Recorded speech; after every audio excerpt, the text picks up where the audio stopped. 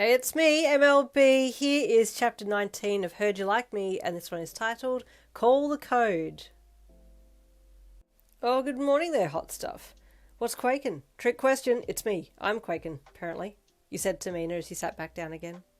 Oh, it's going to be a fun day today, Mina said with a laugh. I mean, funerals can be fun, you replied. God, why is my head inflating? I swear my tongue is stuck to the bottom of my eyeballs, you groaned. I'm going to make a delicious breakfast for you, Momo said, trying to be helpful. Save it, honey. You're wasting your time. I died about an hour ago, you said. I just want something to hold my corpse up. I'll go and get the stuff, Jirou said from beside you, and you pointed in her direction but couldn't be asked to actually look, but just said an emphatic yes to show her you approved. Momo watched a very tired Jirou get up and leave, and then she sat down next to you and placed a hand on your hand. What can I do for you? She asked tenderly. I wish I wasn't dead and I could say something lovely to you, you replied as you lay your head back on the headrest and closed your eyes. You hummed. Now I can't feel the Saharan desert air on my god-forsaken eyeballs. God, this is so bad. Oh, rarely do I get this bad.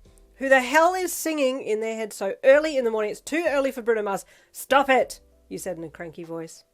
Oh, Yin, Momo said worriedly, feeling your predicament keenly and not knowing what to do for you. Another 20 minutes later, Jirou came back into the room, and the only way you knew that she had come back was the sound of a can cracking open close to you. Mama? You asked, popping one eye open to see if it really was her with the can of energy drink. She handed you the drink, and you took 2 large sips and waited for it to kick in. Are you going to be okay? Momo asked tenderly. Just fine and dandy, like a lemon being run over by a truck, you replied. Oh dear, she said, but Mina burst out laughing from where she had gone off to make breakfast for herself. Yin, you're going to be wonderful today. Oh, you bet I am, you replied as you sat forwards, and Momo got up off the lounge to make herself some breakfast. You want some? Jirou asked from beside you, holding out a donut. God, you really are heaven sent, you replied to her, taking it and having a mouthful of it, and then washing it down with more energy drink. I think I'm going to be okay. If I can make sense of anything, everyone's inner thoughts are all getting meshed together. It sounds like an orchestra, except it's animals playing the instruments, and the conductor is on fire. Well, that's an image, Jirou said dryly, before taking another bite of her donut. You smirked and took another sip of your drink. It's fine. I'll just die if I need to, you said. 2 more energy drinks, changed into hero clothes, and a walk down the street later, and you were met by your overseeing hero. Good morning, everyone, he greeted brightly. Is everyone well today? Like a bride getting pooped on her wedding day? Yep, you said in the most brightest voice you could. The hero looked at you and you shrugged. You asked, you replied, taking another sip of your energy drink. Yin stayed up a little too long to make sure her quirk was good for today, but you'll have to excuse her mood. She can be a little eccentric when she's running low on sleep, Momo said to the hero. Perfect, as long as your quirk is humming along nicely, he said, and Momo flinched a little. Yin is much more than just her quirk, she thought with indignation. Easy, tiger, you said as you patted her shoulder. Anyway, let's head down to the jewellery place now, and I'll debrief you on the way, the hero said, as he started heading off, and you all followed along behind. I forgot to ask how you're doing, you asked Jirou, as you and her fell to the back of the line.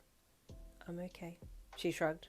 Meh, felt that, you replied, taking another sip of your drink and falling silent as the hero talked and walked. It was a fairly straightforward operation, basically just making sure that nothing got stolen. Easy.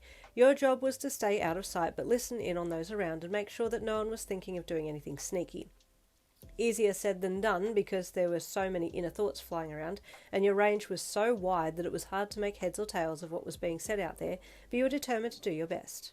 You had already made one goal, if you will, by catching that guy who was going to rob the till at the local supermarket the other day, so you had to keep scoring well for the team. You couldn't let them down now.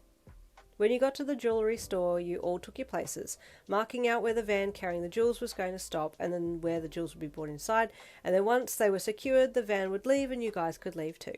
So everyone got into position and you took your place and remained still. Closing your eyes, you tried to work out your depth perception of the people outside the bank, listening in on those closer and then slowly scanning out further to see how far out you could listen. Because of your lack of sleep, you could hear very far out, but so far no one was being suspicious. Everyone was just thinking about their daily lives and going about their daily routines, none the wiser to what was happening at the store. All clear so far? You said, in a calm, normal voice, knowing that Jirou could hear you since she had set up with one jack plugged into the ground to detect any movement around in either adjacent buildings or above in the roof. No suspicious people? She asked in her mind, and you shook your head. Nope, all G here, you replied. Okay, that's good, she said in her mind again. I'll alert the hero since he's beside me. Okay, cool, you said again. Also, hey, if I hear anyone being a sussy boy, the code word is squonk. Are we really doing this? Jirou deadpanned in her mind, and you cracked a smirk. You better believe it, baby. If I get shot, I want my final word to be squonk, he replied. You're such an egg, Jirou said in her mind with a little chuckle, and you couldn't help but smirk as you took another sip of your energy drink. She's so cute, you thought. Just then the truck pulled up out the front, and you eyed it and then spoke to Jirou again.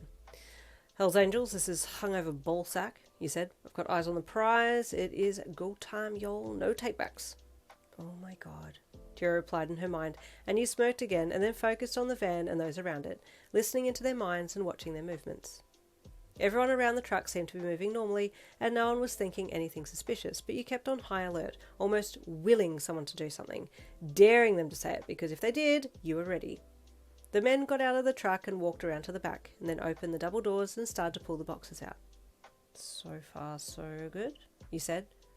No one sus? Jirou asked. Nope, lots of noise, but no sus noise, you replied. Okay, she replied. Box after box got carried inside with nothing out of the ordinary happening, and as the last box was carried out and the doors of the truck were closed, you were almost sad that no one had tried to rob the truck. Okay guys, it's a wrap, you said as you got up from where you had been hiding and stretched. I guess that's a job well done?